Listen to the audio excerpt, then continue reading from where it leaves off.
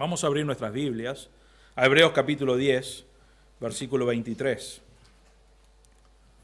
Y vamos a seguir con unos a otros, y realmente una cosa que es complicada, normalmente sigo un libro, ¿no es cierto?, de la Biblia, y dije, bueno, voy a hacer unos a otros, y arreglé, no sé, creo que son 10 mensajes, y los puse en orden de cómo pensé que Dios quería que los predique, y no lo pensé otra vez. Y hoy, porque Dios sabe, vamos a hablar de animarnos los unos a los otros, y creo que va con el tema de nuestro aniversario.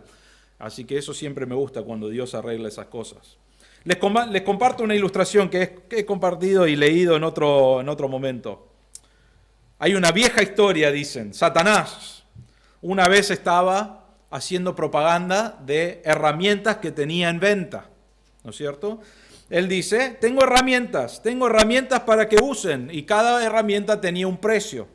Tenía herramientas que uno se llamaba odio, y uno se llamaba celos, y uno se llamaba envidias, y uno se llamaba mentira, y uno se llamaba orgullo, y así. Y tenía varias herramientas, y los tenía en venta para que otras personas lo puedan usar. Y había uno que se llamaba desánimo. Y la herramienta de desánimo tenía mugre, estaba oxidado, parecía que lo había usado en gran manera. Y encima era el peor de todos, estaba en la peor condición, pero era la herramienta más cara que tenía Satanás en venta, ¿no? Entonces alguien le dijo, ¿por qué la palabra o la herramienta de desánimo está tan caro? Está arruinada esa herramienta. Dice, es la que más uso. Le saco más uso que cualquier otra herramienta y es la que mejor funciona porque puedo usarlo con todas las personas. Puede usarlo desde un pastor, desde un misionero, desde un hermano que está creciendo espiritualmente y que está maduro espiritualmente, a uno que es un bebé espiritualmente. Lo puede usar con todos. Es muy fácil de usar. Cuando estamos desanimados, no oramos como deberíamos. Cuando estamos desanimados, muy pocas veces leemos nuestra Biblia como deberíamos. Cuando estamos desanimados, no tomamos decisiones o pasos de fe con el Señor. Cuando estamos desanimados, muchas veces no confiamos en Dios. Entonces, el desánimo nos lleva a tomar pasos y decisiones que son malas para nuestra vida, donde dejamos de confiar en Dios. Es por eso que la Biblia enfatiza y nos manda, es un mandato que debemos animarnos los unos a los otros. Dios no solamente lo recomienda, sino que lo manda. En 1 Tesalonicenses 4:18 nos dice, por tanto, confortaos, es la misma palabra, es animarse unos a otros con estas palabras. Las palabras que está hablando ahí, sin entrar a mucho detalle, son la palabra de Dios que Pablo escribió a la carta a Tesalonicenses. Y Pablo les está diciendo, usen estas palabras que vienen de Dios para animarse en estas verdades que Dios nos ha dado. En Tito capítulo 1, versículo 9, nos dice, reteniendo la palabra fiel, que es conforme a la enseñanza, para que sea capaz también de exhortar, esa es la palabra animar, con sana doctrina y refutar a los que contradicen. Ahí está Pablo escribiéndole a Tito y a los líderes de la iglesia y les está diciendo que se animen o que animen a los hermanos ¿con qué? Con la palabra de Dios, con la sana doctrina. Y que usen eso para guiar su vida y guiar su ministerio y animar a los hermanos. En Hebreos capítulo 3, versículo 13, dice, antes exhortaos, es la misma palabra, es la palabra animar. Antes animaos los unos a los otros cada día. Mientras todavía se dice hoy, no sea que alguno de vosotros sea endurecido por el engaño del pecado. Cada día debemos animarnos. Y acá no sabemos quién escribió Hebreos, pero escribió de parte de Dios diciendo, necesitamos constantemente animarnos. Porque cuando estamos desanimados, no hacemos las cosas para Dios. Hebreos 10:25, y vamos a mirar este pasaje hoy, dice, no dejando de congregarnos, como algunos tienen por costumbre, sino exhortándonos unos a otros, y es la misma palabra, animándonos, y mucho más al ver que aquel día se acerca. ¿Por qué necesitamos ánimo? Necesitamos ánimo porque vivimos en un mundo pecador. No tengo que decirles mucho de eso, ¿no? Vivimos con personas y compartimos la semana con personas, y nosotros también a veces somos egoístas. Vivimos con personas que son pecadoras, que están desesperados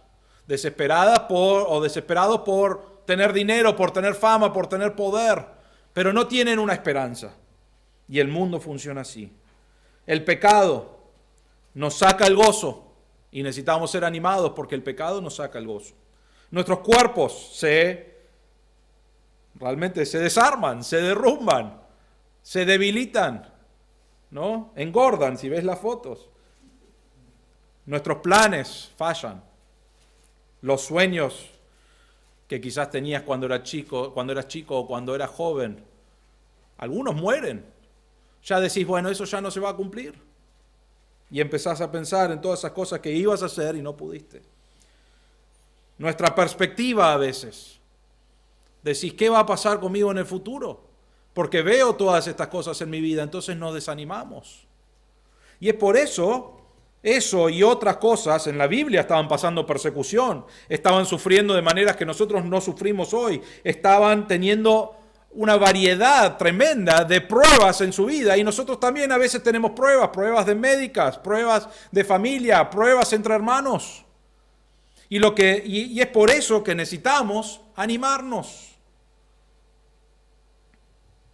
Pero ¿qué es el ánimo? A veces nos enfocamos y complementamos o decimos, qué lindo que te quedó el peinado que hiciste el otro día, o fuiste a la peluquería, ¿no? Yo no fui a la peluquería, pero no me quedó lindo, es así. Pero a veces decimos eso, o qué rico que cocina fulano, y lo animamos de esa manera. Pero no estamos hablando de ese ánimo, estamos hablando de un ánimo cristiano, estamos hablando de un ánimo bíblico, estamos hablando de llevar la palabra de Dios y decir, mirá lo que Dios dice, podemos confiar en esta verdad y animar a un hermano, no importa la situación que está enfrentando, que puede descansar en Dios. Y no solamente debo hacerlo, sino que debo recibirlo, porque eso es lo que necesitamos. El ánimo es compartir las esperanzas que tenemos en Dios para que cambie nuestro corazón de desánimo a ser animado en esas verdades. En la palabra de Dios, y ya llego al mensaje, pero en la palabra de Dios se animaban con la fe. Y el ministerio de la fe, cómo compartían el Evangelio y cómo dependían de la palabra de Dios. Tenían esperanza en la palabra de Dios. Tenían unidad entre ellos. Tenían gozo de servir al Señor juntos. Tenían poder y fuerza. Veían frutos espirituales. Veían la fidelidad de Dios. Y descansaban en que el Señor iba a regresar en algún momento. Y todas esas cosas animaban a los hermanos en la palabra de Dios. Ahora, ¿qué significa la palabra exhortar o animar? En este caso, que es intercambiable, significa acompañar al hermano, pararse con él o al lado de él. A veces, y siempre nos reímos de esto, pero hay algunos que piensan, yo tengo el don de exhortar, ¿no? Y siempre lo decimos. ¿Y cómo sabes que tenés ese don? Porque cada vez que le enfrento su pecado, se pone a llorar, ¿no? Porque tiene un don de exhortar. Eso no es lo que significa la palabra exhortar. Hay momentos donde exhortamos de la palabra de Dios porque hay pecado. Pero normalmente lo dejamos ahí. Y el misterio de exhortar es venir con la palabra de Dios y animarte y acompañarte. No a pecar, sino a decir, caíste en pecado, estás luchando con esto, quiero ayudarte, ¿cómo puedo ayudarte? Acá estoy. Estoy para orar con vos, estoy para animarte, para ayudarte con lo que sea. Y me pongo al lado tuyo y te levanto y vamos juntos. Eso es la palabra exhortar, es la palabra animar. No termina con enfrentar pecado, sino que es decir, estoy acá. Y todos necesitamos ánimo. Es por eso que es tan importante lo que vamos a ver hoy, porque necesitamos el uno del otro. Todos nosotros luchamos en algún momento de nuestra vida con desánimo. Y todos nosotros necesitamos, y Dios ha marcado o ha establecido que la iglesia es para edificarnos. Y una de las cosas que podemos edificarnos es exhortarnos, es animarnos a seguir hacia adelante. La primera cosa que nos va a ayudar a animarnos está en el versículo 23 y es manteniendo firme la profesión. Y yo diría que esto es lo más importante, porque si no tenés esto no podés realmente animar. Vamos a leer el versículo, Hebreos 10, versículo 23, 24 y 25. Vamos a leer. Dice, mantengamos firme la profesión de nuestra esperanza sin vacilar, porque fiel es el que prometió. Y consideremos cómo estimularnos unos a otros al amor y a las buenas obras, no dejando de congregarnos como algunos tienen por costumbre, sino exhortándonos, animándonos unos a otros y mucho más al ver que el día se acerca. La primera cosa que queremos ver es que necesitamos mantener firme la profesión. ¿Qué es la profesión? Si lees Hebreos, lo que el escritor está hablando es de ser salvo, de conocer a Cristo como tu Salvador. Ahora, habían hermanos que conocieron a Cristo como su Salvador y estaban viviendo para el Señor y llegaban momentos en su vida donde empezaron a fluctuar, dejaron de congregarse, dejaron de dejar que el Espíritu Santo obre en su vida, dejaron de leer su Biblia, dejaron de tener comunión con los hermanos. Y lo que estaba pasando es que algunos estaban dudando o estaban dejando su profesión de decir, soy salvo, amo a Dios, y no había evidencia en su vida. No es que perdieron la salvación, porque no creemos eso. Si vos sos salvo, Dios promete que va a ser fiel hasta el final, y tenemos esa esperanza. Pero lo que sí creemos es que probablemente habían algunos hermanos que no eran hermanos, que habían hecho una profesión de fe y después no eran hermanos. Y habían algunos hermanos que sí eran hermanos, pero que no estaban caminando con el Señor y no estaban descansando en lo que Dios les prometió. Entonces estaban desanimados y ya no estaban haciendo las cosas que Dios quería. Tenemos muchas personas que confiesan a Cristo, pero que no lo practican. Y hoy en día hay muchas personas que confiesan a Cristo, que no lo practican. Estaba pensando en un pasaje en Juan capítulo 6, Dios está alimentando a los 5,000, ¿no? Y Él está alimentando a los 5,000. Y había 5,000. Y todas las familias, realmente se estima alrededor de 20,000, siguiendo al Señor. Y miren este pasaje, dice así, Juan 6:14, dice, la gente entonces, al ver la señal que Jesús había hecho, ¿qué hizo? Multiplicó el pan y los pescados y decía, verdaderamente este es el profeta que había de venir al mundo, ¿no? Vieron el milagro, vieron la comida gratis, ¿no? Y dijeron, bueno, este es el Señor. Versículo 15, por lo que Jesús, dándose cuenta de que iban a venir y llevárselo por la fuerza para hacerle rey, se retiró otra vez al monte él solo. Entonces ellos dijeron, este es el rey, tiene milagros, ya vamos a salir de la pobreza y vamos a poder seguirle porque es lo que queremos. Y Jesús dijo, no, no es así, no es el tiempo. En el mismo libro, en el mismo capítulo, pero al final, 64, dice, pero hay algunos de vosotros que no creéis. Ahora, todos vieron el milagro y todos querían seguir a Jesús y hacerlo profeta, pero después realmente no creyeron en él. Dice, porque Jesús sabía desde el principio quiénes eran los que no creían y quién era el que le iba a traicionar, que es Judas. Y decía, por eso os he dicho que nadie puede venir a mí si no se le ha concedido el Padre. Se lo ha concedido el Padre. Versículo 66. Como resultado de esto, muchos de sus discípulos se apartaron y ya no andaban con él. Ahora, ¿eran verdaderos discípulos? No. Estaban ahí por la comida, estaban ahí por los beneficios que le traía, y cuando el Señor los enfrentó y les dijo, ¿ustedes están comprometidos con esto? ¿Creen esto verdaderamente? Dijeron, no, no queremos esto. Yo no estoy dispuesto a morir, yo no estoy dispuesto a sufrir para seguirte. Y se apartaron. Ahora decían que eran creyentes, pero no eran verdaderamente creyentes. Ahora, volviendo a Hebreos 10, 23, el escritor les está diciendo, ustedes no estén fluctuando, ¿no? Mantengan eso, sigan comprometidos con la profesión de nuestra esperanza. ¿Qué es eso? La esperanza que tenemos en lo que Cristo hizo en la cruz. Él murió, fue sepultado, resucitó, y nosotros al creer fuimos limpios de nuestro pecado. ¿Y qué nos promete el Señor? Que un día vamos a resucitar con Él. ¿Y por qué le podemos creer? Porque Él resucitó. Siempre volvemos a eso. Si Él no hubiese resucitado, entonces esa promesa no tendría sentido. Pero Él resucitó. Y como Él resucitó en victoria sobre la muerte, Él nos promete a nosotros algún día resucitar y estar en toda la eternidad con Él. Entonces nosotros podemos seguir, no importa el costo, no importa la dificultad, podemos seguir viviendo para el Señor, porque sabemos que es así. Ahora, algo que es muy importante es recordar, que dice acá en el versículo, es que Dios es fiel. Dice versículo 23, mantengamos firme la profesión de nuestra esperanza sin vacilar, porque fiel es el que prometió. Una cosa que vemos vez tras vez es que tenemos problemas, tenemos dificultades y parece que son más grandes, ¿no? Cuanto más años paso, más difícil es la vida.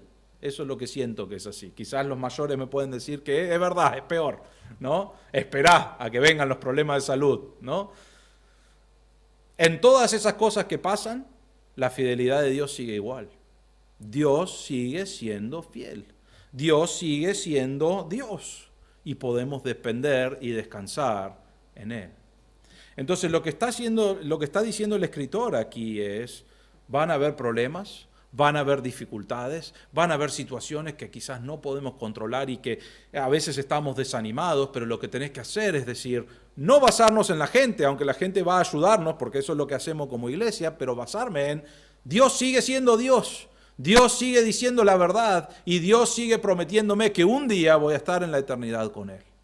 Entonces, los problemas son grandes, pero puedo mantenerme enfocado en la profesión de lo que Dios ha hecho en mi corazón, porque fiel es Dios. Ahora, no lo tengo anotado ahí, pero en el versículo 34, Hebreos 10, 34, dice, tuvisteis compasión de los prisioneros y aceptasteis con gozo el despojo de vuestros bienes, sabiendo que tenéis para vosotros mismos una mejor y más duradera posesión. Por tanto, no desechéis vuestra confianza, la cual tiene gran recompensa. Lo explico ahí, pero había persecución en ese tiempo. Y algunos de los hermanos estaban en la cárcel. Y el solo hecho de ir a visitar a los creyentes te ponía en riesgo tu vida. Porque iban a decir, vos estás asociado con él, quizás tenés que estar en la cárcel con él. Y ellos no solamente asociaron eso, fueron a la cárcel, tuvieron compasión de los hermanos que estaban allí, y fueron y se despojaron de alguno de sus bienes. Ahora, esto no es un 3%, voy a dar esto que me alcanza o me sobra, en este mes lo puedo dar. Ellos no tenían muchas cosas en ese tiempo y la idea es que ellos daban para que esos hermanos puedan estar bendecidos y puedan ser ministrados y corrían riesgo al hacer eso. ¿Y por qué lo hicieron? Según el escritor acá, era porque sabían que Dios es fiel. Entonces estaban dispuestos a hacer eso porque eso es lo que sentían que Dios quería que hagan y lo estaban haciendo porque no importa lo que pase, Dios sigue siendo fiel y tengo una esperanza, una posesión, una recompensa que va a venir de parte de Dios algún día. Cuando estamos desanimados muchas veces nos olvidamos que Dios es fiel, ¿no? O decimos, bueno, sí, Dios es fiel, pero en esta situación no sé si se aplica, ¿no? Lo pensamos, lo luchamos. Y normalmente cuando superamos todo, llegamos a la conclusión y decimos, sí, Dios es fiel, porque mirá, Dios fue fiel así, así, así, así. Y voy a decirles esto, a veces nos animamos diciendo, todo va a estar mejor porque Dios es fiel, ¿no? Pero eso no es así. Es así. Dios dice que aunque todo no esté mejor, Él sigue siendo fiel.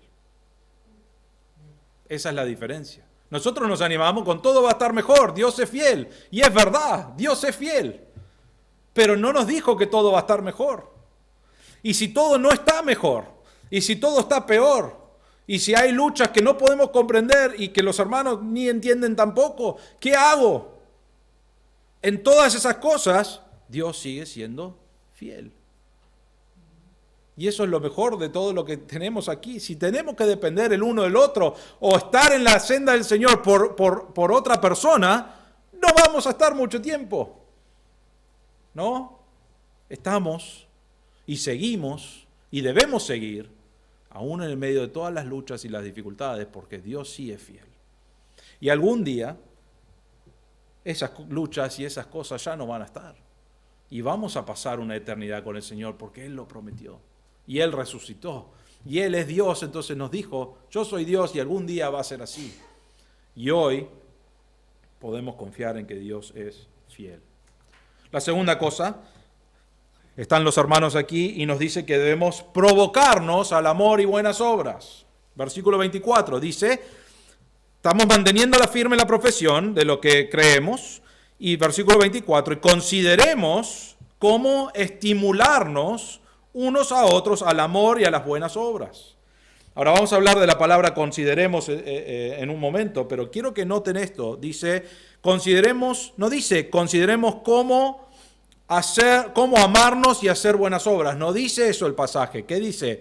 Considerémonos cómo estimularnos unos a otros al amor y a las buenas obras. Yo debo amar y yo debo tener buenas obras hacia los hermanos, ¿no es cierto? Y Dios nos manda a hacer eso en otros pasajes de la Biblia. Debemos amarnos y hacer buenas obras. Pero acá no es eso el punto. Acá el punto es estimular a otros a amar y hacer buenas obras. Y la palabra estimular, bueno, vamos a ver eso en un momento, pero vamos a mirar considerar primero. Debemos primero considerar. Y la palabra considerar está en Hebreos capítulo 3, versículo 1. Es 2 veces que está usado en toda la Biblia de esta manera y es los 2 veces en Hebreos. Y creemos que es la misma idea. Pero la palabra considerar en Hebreos 3:1 dice, por tanto, hermanos santos, participantes del llamamiento celestial, considerad a Jesús, el apóstol y sumo sacerdote de nuestra fe. Y cuando estudias la palabra considerar, lo que él está hablando acá en este pasaje es de mirar a Jesús, de enfocarte en Jesús, de estudiar a Jesús, de realmente que tu mente sea ocupada pensando en quién es Cristo. Esa es la idea de la palabra considerar. Entonces, el escritor de Hebreos está diciendo, tu enfoque no debe ser las cosas que están sucediendo, sino que debe ser Jesús y pensar en Él y estudiar de Él y conocerle más. Y eso debe ser nuestro enfoque siempre.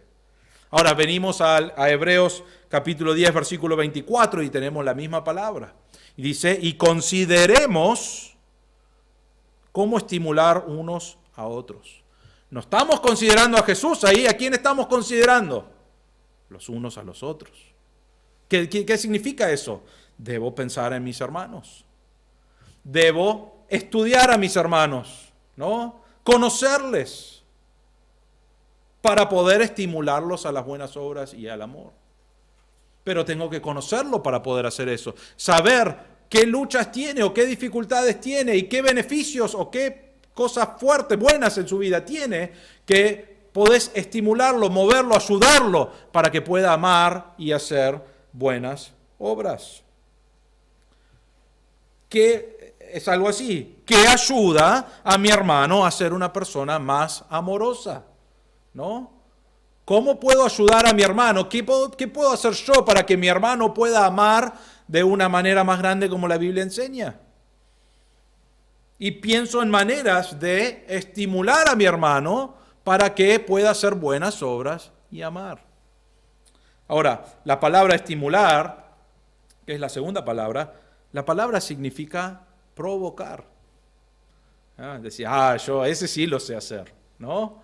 ¿Cómo puedo provocar a mi hermano?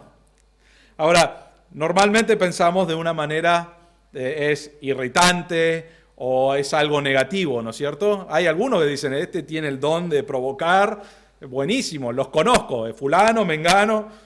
No es eso lo que estamos hablando acá, no es algo negativo en este pasaje. Se usa 2 veces nada más en la Biblia.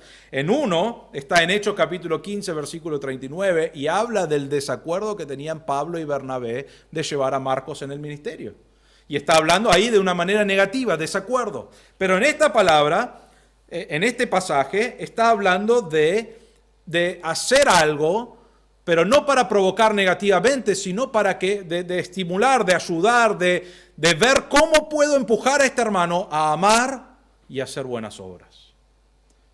Todos debemos amar y hacer buenas obras, pero a algunos les cuesta y algunos ya han hecho eso. Entonces yo como hermano debo ver y conocer a mis hermanos para poder estimularnos, para poder ayudarles a que tomen ese paso para poder hacerlo. Me reía de esto porque a mí me gusta jugar al hockey, ya saben eso, y hay uno que le decimos el Tano en el equipo, ¿no? Y es de Italia, obviamente, y yo noté una vez, hace unos años atrás, que si está enojado, juega 10.000 veces mejor. No lo digo en chiste. Yo una vez, él estaba enojado y hizo como 3 goles y era espectacular, nunca lo vi jugar así. Entonces yo le dije, vos cuando estás enojado jugás mejor. Entonces yo por unos partidos, yo lo empezaba a hacer enojar, de una manera bien, no mal, pero le decía, ¿sabés lo que dijeron? No podés creer lo que dijeron de vos. Y él iba a jugar y jugaba muy bien, jugaba muy bien. Se irritaba y jugaba mejor. Ahora después de un rato me dijo, che, tenés que dejar de hacerme eso porque me queda en la cabeza por toda la semana la irritación que me diste. Ahora, eso es una manera incorrecta, ¿no es cierto? Es un ejemplo incorrecto. Pero acá estamos hablando de lo mismo, pero no de irritar, sino de qué puedo hacer yo para que mis hermanos amen y para que mis hermanos hagan buenas obras. Y yo debo estimularlos. Ahora, ¿quién es eso? ¿El pastor? No, cada uno de nosotros. Vos debés ver y estudiar cómo es Andrés, y qué necesita él para que él pueda amar y crecer en su amor y en las buenas obras. Y yo tengo que estudiar cómo sos vos. Y todos nosotros estudiamos el uno al otro con el objetivo de glorificar a Dios, pero hacer esas cosas para poder estimularnos. Significa 2 cosas eso. Número 1, yo debo estar estimulando a otros. Eso es lo que debo estar haciendo. Pero ¿saben qué otra cosa significa? Significa que somos más o menos 20, 25 personas aquí. Debe haber 20, 25 personas que me están estimulando a mí a amar y a hacer buenas obras. Entonces, no debo hacerlo nada más, sino que debo estar dispuesto a ser estimulado, porque eso es lo que Dios quiere. Porque a veces somos buenos estimulando al otro, que bueno, que lo haga fulano y lo voy a ayudar, pero debemos recibir eso también. Y eso es lo que los hermanos en Hebreos aquí estaban considerando para el amor y las buenas obras. La tercera cosa que queremos ver que es importante en este pasaje, versículo 25, dice, no dejando de congregarnos, como algunos tienen por costumbre, sino exhortándonos unos a otros y mucho más al ver que aquel día se acerca. Nada de estas cosas sucede con un cristiano que está solo, solitario. Estas cosas suceden en la iglesia, suceden en comunión con otros hermanos. La Biblia nunca indica que debes estar solo como creyente. ¿Por qué? Porque es difícil, porque nos desanimamos, porque nadie nos está estimulando, porque nadie nos está ministrando y yo no estoy ministrando. Entonces la Biblia dice, debes congregarte. Hay algunos que dicen, bueno, yo no necesito ir a la iglesia, ya soy salvo, puedo faltar de vez en cuando. La Biblia no nos indica eso en ningún lado, es más, nos anima a asistir, nos anima a ir ahí, porque es ahí donde Dios diseñó para que nos ministremos, nos amemos, nos estimulemos. Ya es difícil el mundo, ya es difícil la vida en la semana. Necesito un lugar donde puedo ir, donde es un refugio, donde es un lugar de preparación, donde es un lugar donde me estimulan espiritualmente para que pueda salir en la semana. Obviamente pasamos la palabra de Dios, debe estar todos los días en tu vida, pero también necesitas ese amor y ese lugar donde nos concentramos, nos juntamos para ministrarnos, para poder salir y servir al Señor en la semana. Y algunos hermanos dicen, bueno, no es necesario, no es importante. La Biblia indica que es muy importante. Y los hermanos en este lugar, en lo que tenemos en la Biblia, se reunían los domingos para adorar a Dios, pero en la semana también se veían y tenían comunión. Pero el lugar principal era la iglesia. Ahora, ¿para qué? Versículo 25 dice, exhortando en la segunda parte, si no, algunos faltaban, dejaban de congregarse, lo tenían como algo acostumbrado en su vida. Y después dice, si no, exhortándonos, o sea, no debe ser que faltás, sino que debes venir y debes animar, exhortar unos a otros. Lo que está insinuando este pasaje es que ¿dónde hacemos eso? ¿Dónde animamos el uno al otro? En la iglesia. ¿Está bien animar en la semana? Sí, está bien. Y hoy en día con la tecnología que tenemos podemos mandar mensajes y podemos mandar versículos de la Biblia y todo eso debe suceder. Pero el lugar principal que vemos bíblicamente donde lo hacemos es en la iglesia. Ahora date cuenta de esto. Si vos no venís a la iglesia, entonces no podés animar a los hermanos y no podés ser animado. Por eso es tan importante que asistan a la iglesia. Nosotros lo tenemos en nuestra Constitución como algo que necesitas. Y quiero agregar una cosa más. Normalmente, y he estado ya varios años en el ministerio, pero he estado en la iglesia toda la vida, normalmente la persona que se aleja de Dios, lo primero que hace es dejar de ser fiel en las reuniones.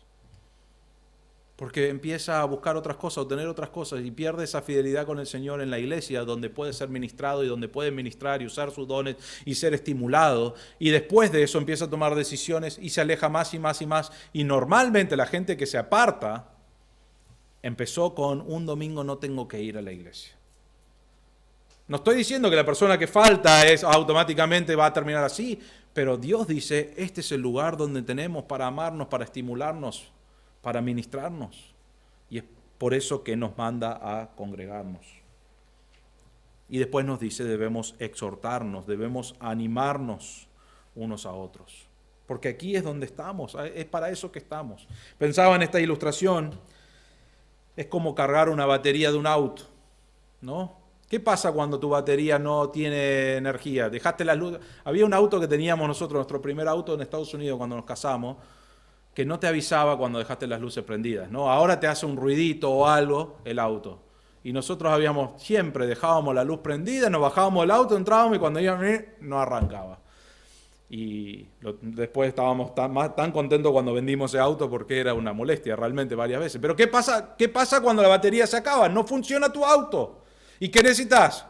Buscar a alguien que puede traer o una máquina o el auto mismo para conectar la batería y cargarlo. Y una vez que lo conectan, normalmente arranca enseguida, ¿no es cierto? 2 o 3 minutos y ya tu batería funciona correctamente. Así es lo que hacemos aquí en la iglesia. Es una ilustración. Venimos y hay veces que venimos con nuestra batería cansada. Está a medio llenar. Y necesito ir a la iglesia donde me van a estimular y van a ministrarme y voy a poder cargar esa batería con la palabra de Dios y con los hermanos haciendo lo que Dios quiere. Y hay domingos que voy a estar con la batería llena, listo para servir al Señor, y hay domingos que no. Y vengo y soy estimulado con los otros hermanos y voy creciendo. Y esa es la idea de lo que estamos hablando. Hay 2 grupos de personas. Los que se reúnen a animar el uno al otro y los que han formado un hábito de no congregarse. Y si hacemos lo que Dios quiere, necesitamos congregarnos para ministrarnos, para estimularnos. Y una cosa más que dice el versículo acá al final, dice, mucho más al ver que el día se acerca. ¿Qué es el día que se acerca? El regreso del Señor. Ahora, una cosa que es interesante, cuando Hebreo fue escrito, muchos de los primeros creyentes estaban muriendo. Imagínate que vos conoces a Cristo en ese tiempo y escuchás sobre Pedro, y escuchás sobre Pablo, y escuchás sobre los otros discípulos, y el ministerio que están teniendo en Jerusalén, y ves a Pablo que está viajando con Bernabé por todo este ministerio, y vos escuchaste de los grandes hombres de Dios, quizás los conociste personalmente, y ahora vos estás ahí y estás viendo que tus grandes líderes están muriendo, ¿no? Empezaron a morir. Y entonces vos decís, Dios va a venir, pero no sabemos cuándo. Y los grandes hombres de Dios están muriendo. ¿Ahora qué hacemos? ¿Y qué hicieron? Se congregaron, se ministraron y descansaron en que Dios es fiel en toda esa situación. Pero por eso estaban enfrentando tribulaciones también. Sigo haciendo esto. ¿Cuándo va a volver el Señor? No sé. El día se acerca, pero no sabemos cuándo es. Seguimos comprometidos con lo que Dios hace, con lo que Dios prometió. Y algún día vamos a ver eso. ¿Cómo puedo animar a otros entonces? Rápidamente, número 1, puedo orar que Dios te haga una persona que anima. A algunos les sale muy fácilmente, porque quizás tienen el don o están predispuestos a eso. A algunos no les sale fácilmente, entonces necesitas orar que Dios te haga una persona que anima a otros. Debemos animar de una manera diaria. Obviamente debemos animar los domingos cuando venimos, pero debemos animar de una manera diaria. Podemos hacerlo por mensaje o diferentes maneras, buscar hermanos para poder animarles. Debemos usar nuestra Biblia. Hay veces que podemos animar con otras cosas, pero normalmente queremos animar con las promesas que Dios nos ha dado en su palabra, porque eso es lo único que permanece fiel. Y podemos usar la Biblia. Y la última cosa es que podés comenzar hoy. No tenemos por qué esperar. Debemos estar animados. Dios ha obrado en estos 8 años. No la forma que yo pensé que lo iba a hacer. Quizás no la forma que vos pensaste que lo iba a hacer. Pero Dios ha obrado. Y Dios nos ha utilizado en varias circunstancias y de diferentes maneras para servir, para llevar el Evangelio a este lugar. Y yo sigo orando que Dios haga una gran obra en Florida. Y sigo orando que Dios haga una gran obra en nuestras vidas. Pero no depende, obviamente depende de Dios y el plan de Dios. Y depende de mi fidelidad en obedecer a Dios. Pero depende también de tu fidelidad en obedecer a Dios. Dios es fiel. ¿Crees eso? Vas a decir sí, amén. Entonces viví como que lo crees y hacé y cumplí con estas cosas que vemos de Alelón en su palabra. Vamos a orar. Padre nuestro, te damos gracias por la promesa que nos has dado, que tú eres fiel. Y sabemos, Señor, que porque tú eres Dios y resucitaste en victoria sobre la muerte, como nos dijiste que ibas a hacer, podemos confiar en que tienes poder, en que eres Dios, el único que puede resucitar de la muerte. Y Señor, nos dijiste que porque tú resucitaste, nosotros algún día resucitaremos contigo. Señor, te damos gracias por esa esperanza. Porque aún en el medio de dificultades, aún en el medio de luchas, aún en el medio de problemas que podemos estar enfrentando aquí, sabemos que tú eres un Dios de verdad, un Dios fiel, un Dios que no cambia. Ayúdanos a enfocarnos en ti cuando tenemos dificultades. Señor, ayúdanos también como hermanos a animarnos, a estimularnos, a amar, a hacer buenas obras, a vivir para ti, a crecer espiritualmente. Que podamos estar el uno al lado del otro, animándonos a crecer y a seguir y a darte gloria a ti con nuestras vidas. Y que eso sea el deseo de venir aquí a la iglesia y en la semana también, pero a ministrarnos, a amarnos, a estimularnos para darte la gloria que solamente tú mereces. Te damos gracias, Señor, por esta iglesia, te damos gracias por estos 8 años. Te damos gracias, Señor, por las puertas abiertas que nos has dado de compartir el Evangelio, Señor, y pedimos que podamos ver fruto espiritual en almas salvas, en tejido, en inglés, en diferentes actividades que hacemos de evangelística, Señor, y que podamos ver y contactar personas de la zona que puedan pasar de muerte a vida espiritual. Y pedimos, Señor, que nos uses grandemente. Y mientras tanto, Señor, que podamos ministrar el uno al otro, obedeciendo tu palabra y sirviéndonos y amándonos y estimulándonos como tú quieres que hagamos, Señor. Te damos gracias en el nombre del Señor Jesús. Amén.